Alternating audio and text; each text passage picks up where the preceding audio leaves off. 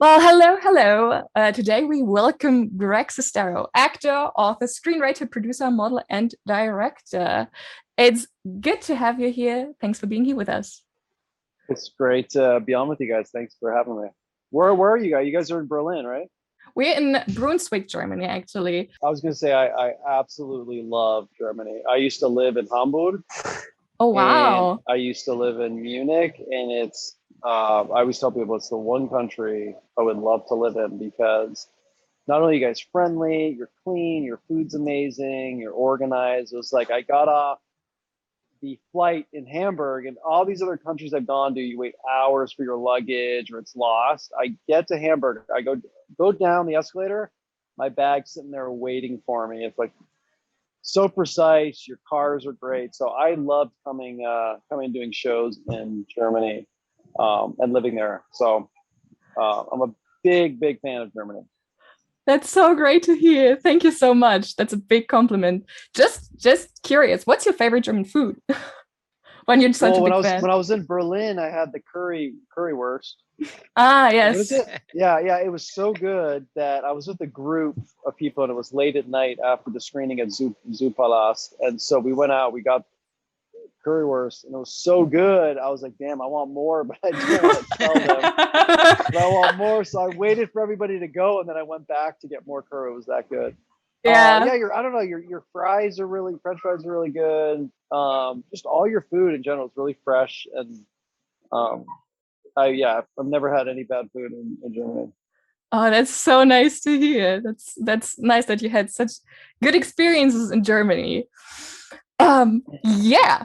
Starting with the first interview question. So we would like to get to know a bit more about this one fact I read. Is it true that when you were 12, you wrote a script for Home Alone 2 and sent it to John Hughes? It's very true. Yeah, I saw the movie and I don't know what to do with that passion. I wanted to like live inside that movie.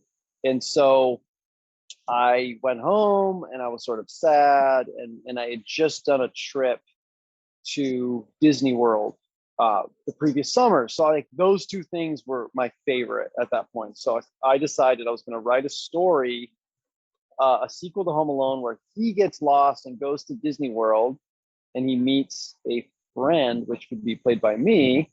And I thought, what a perfect thing. I don't have to go to school. I can live at Disney World and make a movie. I was like, this is the dream scenario. I got to do this. So I spent every day writing. I found my journal. I outlined all the scenes and then I typed it all out.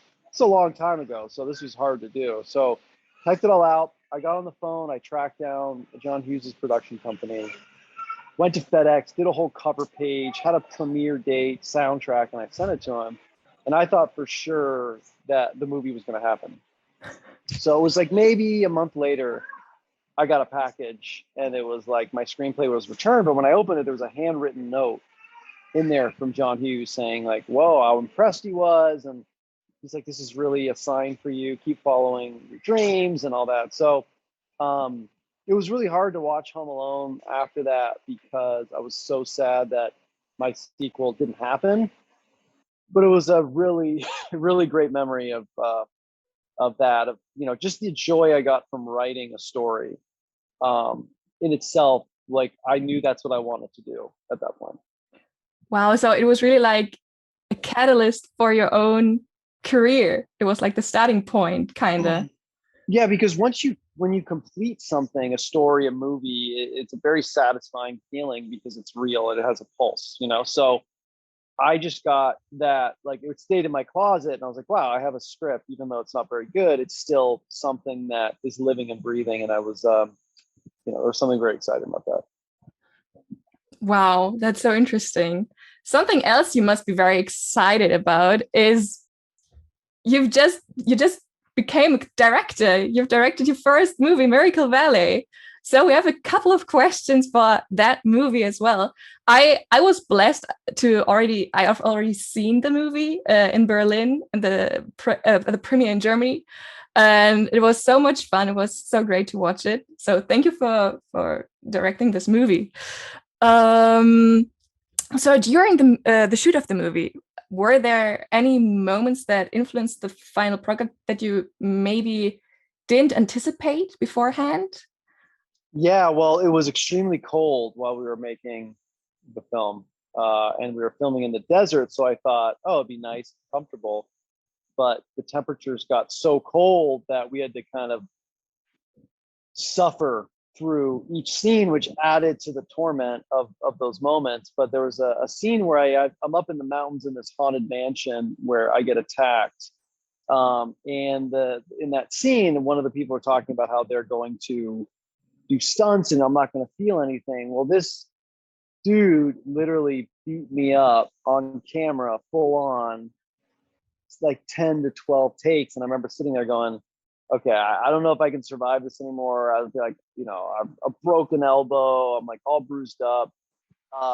So there were moments like that we really went for it and did practical effects. So once we got into those scenes, we realized we had to push it all the way. Because I think horror movies that we really gravitate towards have those, intense, crazy moments that you don't see coming. So it was a really fun shoot though. And there's nothing like making a horror movie, especially in the middle of nowhere, about a cult, So, and we loved, at night we'd watch scenes from The Hills Have Eyes and Texas Chainsaw Massacre and just those 70s movies that we love watching with our friends, because we wanted to make a movie that at the end of the day, you guys could get together and throw it on and have a great time watching it. We certainly had a great time. It was great. So yeah, our next question would be, what was it like to direct your first movie? Were there any challenges throughout the making of the movie you didn't expect? I learned a lot from making The Room. I learned how important collaboration is. And with directing, I also learned how important casting the right actor is. So by casting the people that I knew could play those parts, as a director, I could sit back and just watch them do their thing and be in the moment. And if I had a few notes, I could guide them.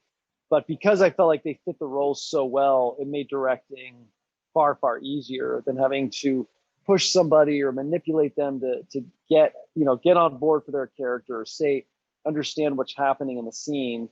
Most of these actors just really understood what they had to do. So directing was a lot of fun in that regard. And I also scouted all these beautiful locations for months before we filmed. So I'd almost lived within that world and in this film before we ever made it by living in the environment. So I knew what locations would pop at night, how they'd look during the day, what was the best attribute of each scene to film in. So this time directing, I think, was a lot of fun. It sounds like you took inspiration from being at these places and scouting them. And you also said you were taking inspiration from movies like Chainsaw Massacre. But at the premiere in Germany, you also said the movie is also inspired by true events. Could you explain that further, maybe a bit? Yeah, so where I was living, I had no idea. There was, not too far away, there was a whole cult story that happened in the 1960s about this preacher who believed he could bring people back from the dead based on their blood type. And there was a whole melee with the townspeople, the police, and this church was just abandoned out in the middle of nowhere. And I discovered this church and I did a lot of research and I interviewed people. So the title of the movie is about this cult. It's sort of the basis and the foundation of this story. And so I love cult stories. I'm fascinated by Jim Jones and, Terror in the Jungle and Wild Wild Country. So I really took my love for horror, took my love for cults, and tried to wrap that all into this movie, Miracle Valley. Yeah, and the product is very, very great. So it's amazing that you put all your experiences into a melting pot and created that movie. That's a great word for it, melting pot. It was like, every day I'd watch 5 minutes of one of my favorite horror movies, a little bit of Psycho, a little bit of Halloween, and listen to the music and the score. Because we love movies, and it's like, if we're going to make a movie, we may as well take all that passion, all that love we have, and funnel it into whatever you're working on. And we wonder what kind of movies, besides Best Friends Volume 3, of course, can we expect from you in the future? Yeah, you led right into it. I'm making a UFO abduction movie that's tying in a little bit of the Roswell events. I went to the 75th anniversary crash festival, and I listened to a lot of people talk about UFOs and abductions. I took a UFO night tour in New Mexico. So the movie is called Forbidden Sky, and it's about a UFO abduction and about how it revolves around the Roswell crash and a radio host who gets a call 75 years later about this event. So it's also a little bit about based on a true story, but sort of rewriting history in a way. But yeah, I'm fascinated by UFOs, and it's going to be a really fun one to make. Oh, that sounds great. We are looking forward to it. Hopefully, I'll come back to Berlin as well. I hope to be in Hamburg in late October for a screening at the Savoy. I'm trying to figure that out, but I'm hoping to be back in Germany later this year. That sounds really great. We're really looking forward to it, and we're happy to see you in Germany. And I would like to move on with a question to another recent project you made. It's about Big Shark. And I love the trailer. It's so fantastic. And according to IMDb, the trailer of Big Shark was meant to be a short movie and was always supposed to stand alone. Is that true? Yeah, so we shot that trailer about 3.5 years ago in New Orleans, and that's all that exists. So that is what Big Shark is right now. I think there's aspirations to make it a film, but for right now, that amazing trailer is all we have. So I can tell you, we got all really excited, and we're like, oh my god, there will be another movie. How does it feel to you to tease your followers that much? Or did you expect that positive feedback? No, it wasn't my idea. I just kind of went along with it and did it, and we're just like, whatever, it's one night. And then it got released, and I'm like, oh no, everyone thinks it's the real movie, and people are covering it and talking about it, and they're so excited about it. And I was like, I mean, it's so crazy. You make these, you do projects that you're like, oh no, don't watch that, but that's what people are really into. So, like you said, at the end of the day, you make movies for people who support you. So hopefully that one will get made and bring some laughs. Yes, it did. Yeah, that sounds great. I want to talk with you about your 2013 released book, The Disaster Artist, which is based on your experience making The Room. It was a huge success. You even won the award for Best Nonfiction at the National Arts and Entertainment Journalism Award ceremony in Los Angeles. In 2017, it even got a movie adaptation directed by James Franco, which also got critically acclaimed. So my question is, what was the experience like having your book be transformed into a movie? Was it different to having your screenplays adapted? Yeah, when I wrote the book, The Disaster Artist, that was my goal from day one, was for that book to become a good movie, because I thought, how interesting, you're in a very bad movie, you write a book about that bad movie, and then a good movie is made of that. I thought that would be a really funny circle to complete. And so 3 weeks after the book came out, James Franco and Seth Rogen reached out, and we had a conference call. He talked about how much he related to the story, how much he loved the story, and how he wanted to make it with his friends and really do something special. So it was pretty fun. It was really exciting. We had a conference call, and James was talking about, actors, and Tommy's like, well, James, who played me in the movie? I think Johnny Depp is the choice. So James kind of laughed. He's like, I don't know, man. He's, Pirates of the Caribbean. He's kind of big. And Tommy's like, no, you laugh. Let's go back. Why you laugh? And then I'm like, oh no, this is heading off track. I was like, hey James, maybe you might be a good choice for Tommy. And then Tommy's like, yeah, not bad. I see some of your movies, James, some good movies, some bad movies. That's okay. So the whole process was amazing, and getting to go on set and meet Bryan Cranston, Sharon Stone, Bob Odenkirk. It was a really exciting time, and I'm so glad that people enjoyed the movie, because so many people, while they love The Room, they have not seen it, and I thought that was really exciting to have that movie come out around the world. Out of curiosity, how much were you involved in the production and the writing of the screenplay? So I was on the set. I worked with the production designer with ideas, but for the most part, I was just excited to see what everyone was going to do with the story. You know, they got really good screenwriters to write the script, and Seth Rogen's production company. So I was just excited, you know, to pass it along and see what they do. But I went to the set quite a bit and worked on photos and all that stuff. So it was a really fun process. I learned a lot. Are you happy with the product? Yeah, I think it's a really universal, it's a very, it's one of those movies you can throw on not knowing anything about the room or Hollywood. It's accessible. And I think it's a charming story about friendship and movie making. I think the Disaster Artist book is a little bit darker and twistier and weird. And I think the movie is definitely a celebration of Hollywood. So another question is, now that you've published a book, recorded an audiobook version of it, written screenplays, directed and produced movies, are there any other formats that are catching your interest? Yeah, I think writing for me is probably what I enjoy the most to do, because it's something you can do anywhere. You can create a world, you can live in it, you can escape. It's sort of an artist's dream if you're able to enjoy that process. I tried music, not very good at it.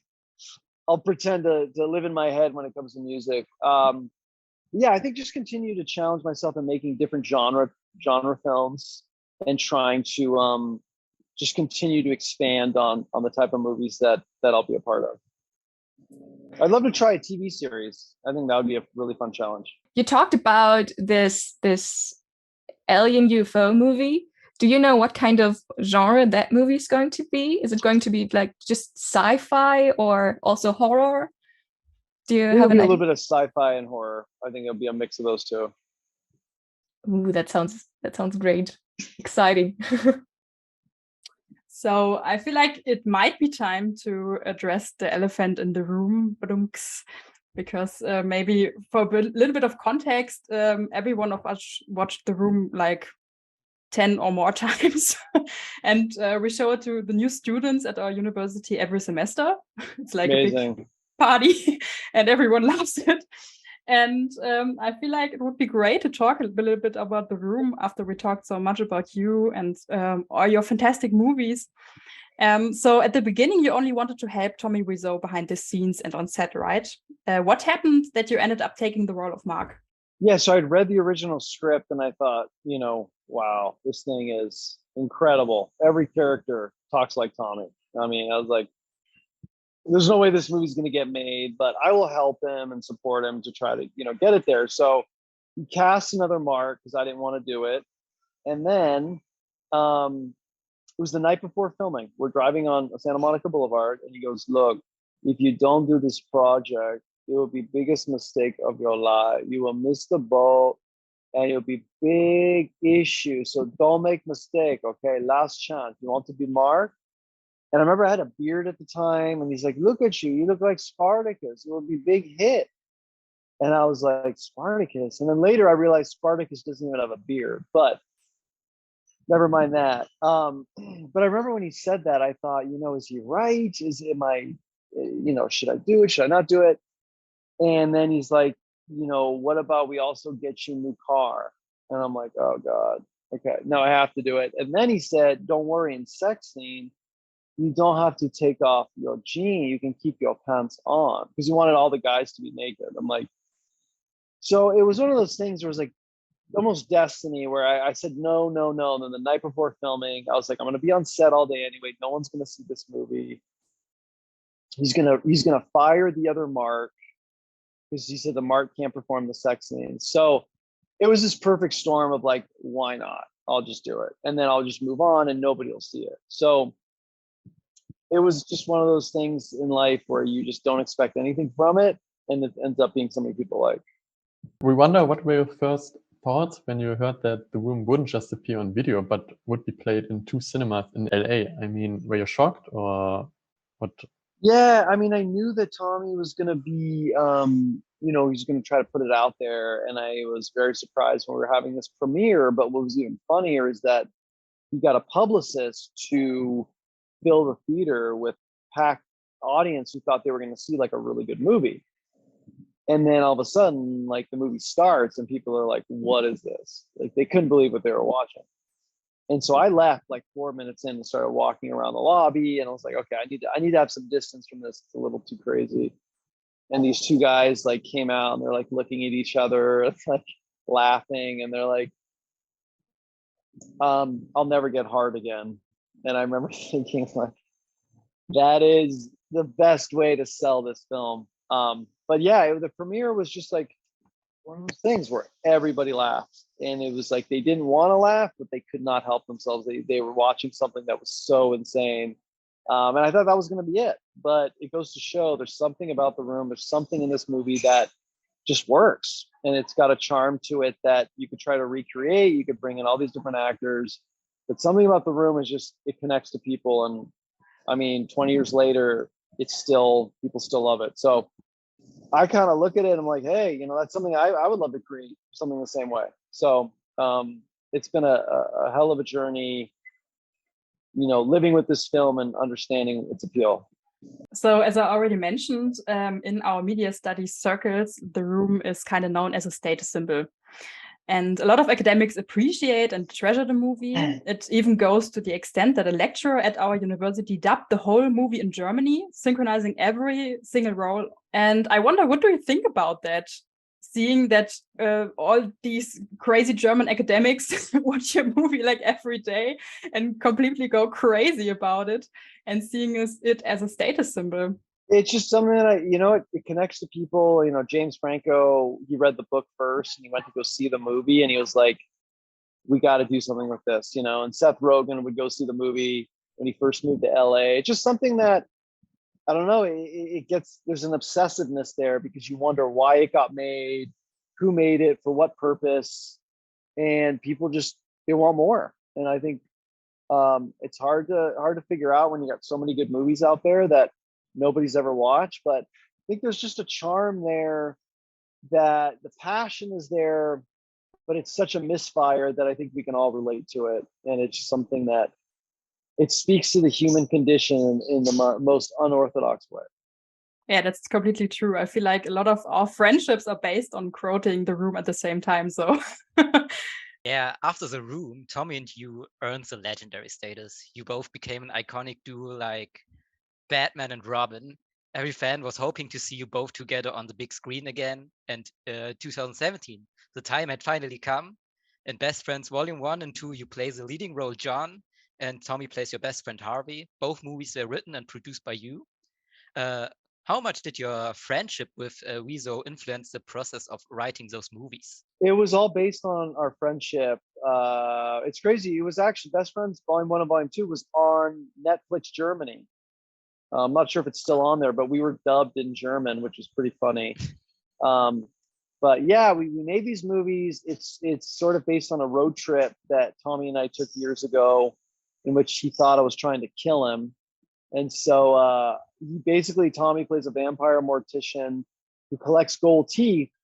I play a homeless drifter who we become friends, and we find a way to start selling these gold teeth. It's a little bit like A Simple Plan meets Breaking Bad. And Tommy is like the Heisenberg of the gold teeth. So I really enjoyed working with him. He was big on one thing. He said, if we make this movie, you and I need to be the same height. And I was like, do you even know what the movie's about? And it was like, okay, let's just do it. Let's go with it. So we were, he made sure we were the same height in the film. And yeah, it's one of those things. I think he was cast right. I think he did a really good job in his role. And I think he's really great in the movie. So if you haven't seen Best Friends Volume 1 and Volume 2, it is out in Germany. And it's something that I think is a pretty wacky addition if you enjoyed The Room. You kind of brushed a bit over this road trip that inspired this movie, because in the beginning of the movie it says it's based on true events, and I was a bit confused as to what kind of true events, and now you tease it a bit. Could you explain it a bit more, maybe? Yeah. So we it was years ago. We were going on a road trip with Tommy, and it was really late, and we were far out along the California coast, and he was like, I didn't want to drive all the way back. I was like, let's just stay out here in a motel, but there were no motels. There was one in that entire area hours away. So I thought we may not get the last room if we walked in together, because he might think these two guys are here to do drugs or something. So I told him to wait in the car and I'll go in and get the hotel room. So he thought I was doing that so that no one would see that he was there, because I had planned to kill him in the hotel room. When in reality, I was just trying to get a place to go to sleep. So he thought, my God, like, you were so weird. I thought you were trying to like set up to like do something crazy. And then I thought, well, what if I was? What would happen? And that's what sparked the whole story. But it's also so cool that this friendship and this weird dynamic sparked something so creative and so interesting and so good. It's so watchable, you know? That's awesome. Yeah, no, we had fun making it, and it was just, again, it was cool to do something new. I have to ask you about the ending of Volume 2, because Volume 2 had actually a pretty satisfying ending for the main cast.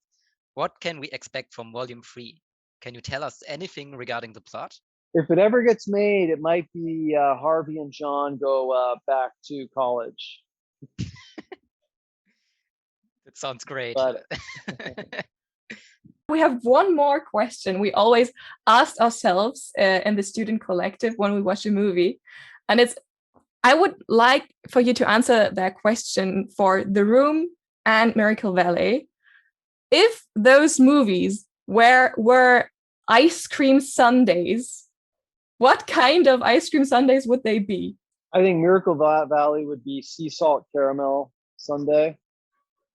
And Best Friends would be celebration birthday cake sundae. Do you also have an ice cream sundae for The Room? The Room would be a peanut butter and jelly ice cream sundae. Yeah, that makes a lot of sense, actually. That makes now I'm hungry. Yeah, well, good for you. That was our very last question. So now you can get some ice cream. Well, thank you so much. It was a pleasure interviewing you. It was so interesting, and those answers were so interesting. So thank you so much. We really appreciate it. And yeah, that's awesome. all. I hope to see you guys when I come back to Germany. Oh, we will be there. 100%. Whether it's in Hamburg, whether it's in Berlin or wherever. So we will be there. Yes. Awesome. Well, keep doing your thing, and thanks so much for your time.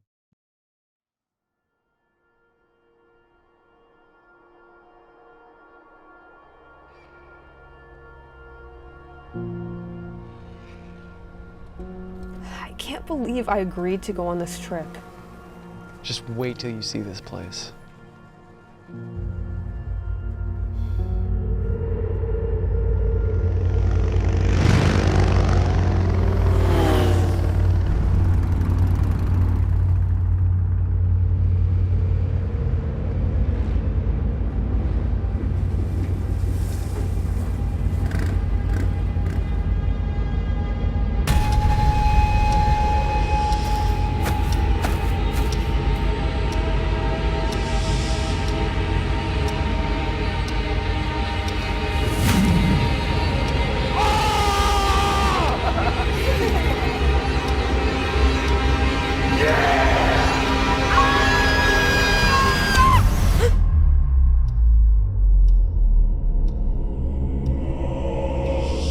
All of you are here seeking something you can't find.